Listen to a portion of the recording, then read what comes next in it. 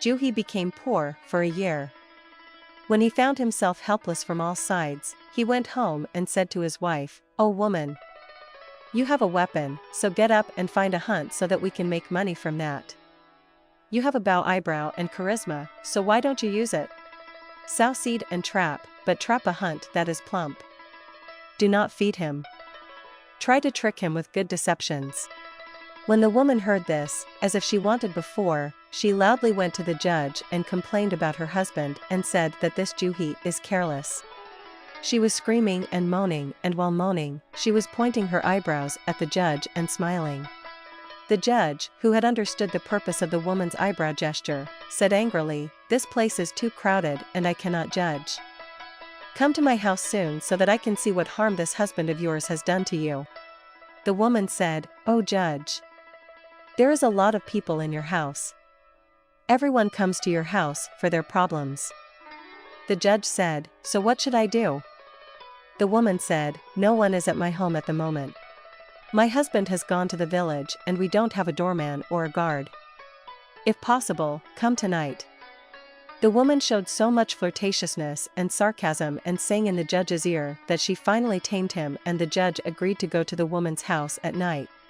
At night, the judge went to Juhi's house and knocked on the door. He sat the judge in the room and lit 2 candles and put some sweets in front of the judge and said, "Now in this solitude, we are drunk without wine." They were in this conversation when Juhi knocked on the door. The judge panicked and looked for an escape route. The woman showed him a chest in the corner of the room and told him to go in that chest so that she can answer the person who knocked on the door and come back, so that they can be happy together again. The judge went to the chest and the woman closed its door and went to answer that person. She opened the door and Juhi came in angry and screaming. He stepped into the room and said with the same anger, "Oh woman, I have nothing to sacrifice for you. You have been with me for all these years, in spring or fall. Sometimes you call me bankrupt and sometimes you call me a cuckold, but know that I am innocent and I have no fault in these 2 faults. My bankruptcy is from God and you caused my cuckoldship. I only have this box from the world's wealth, which arouses everyone's suspicion and everyone thinks that I put money and gold in it. It looks very beautiful, but there is nothing in it. Tomorrow, I will take this box to the market and burn it so that Muslims, Christians, and Jews know that there is only curse in this box." The woman said, "Don't do this. Why do you want to burn the box?" Juhi swore that he would burn the box. The woman became quiet. Early in the morning, Juhi brought a porter and put the box on her back. The porter was walking and the judge called him slowly out of fear. The porter looked left and right to see where the voice was coming from. He thought to himself that this was an unseen call or that the fairies were calling him. But the sound was heard one after another. The porter looked carefully and saw that the sound was coming from inside the box, and it was not the voice of a ghost or a fairy. The judge said to porter, "Oh man, I am the judge. Quickly inform my assistant so that he can come and buy this box from this fool. Then take the box home." The porter put the box on the ground at the head of the market and hurriedly went and informed the judge's assistant. The judge's assistant quickly went to the market and said to Juhi, "How much will you sell this chest?" Juhi said, "Customers pay 900 dinars, but I will not sell for less than 1,000 dinars.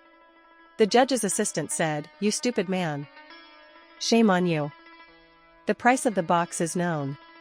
Juhi said, "It is not good to buy the item without seeing it. I will open the box. If it is not worth 1,000 dinars, don't buy it. Why should we make a transaction without seeing it?" The judge's assistant said, "No, you don't need to open the box. I will buy it just like that." The judge's assistant gave the money to Juhi and ordered the porter to take the box and go with him. In this way, Juhi took the money and the judge was saved. The next year, Juhi became poor and penniless again.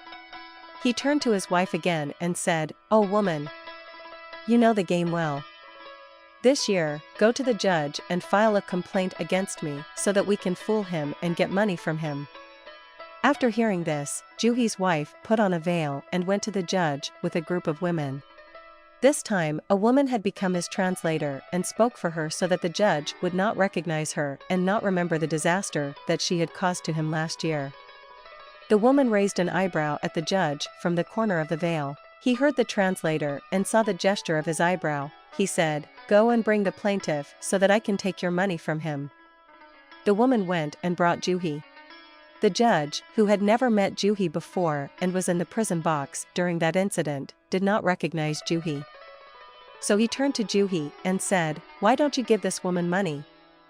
Juhi said, "I obey my law, but I am broke and poor." The judge carefully recognized Juhi by his voice and said, "You trickster. You played this game with me last year and I lost to you. But this year it's my turn. Go start this gambling with someone else." Judge said this and kicked Juhi and the woman out of his room. Thank you for watching this video. Please subscribe our channel.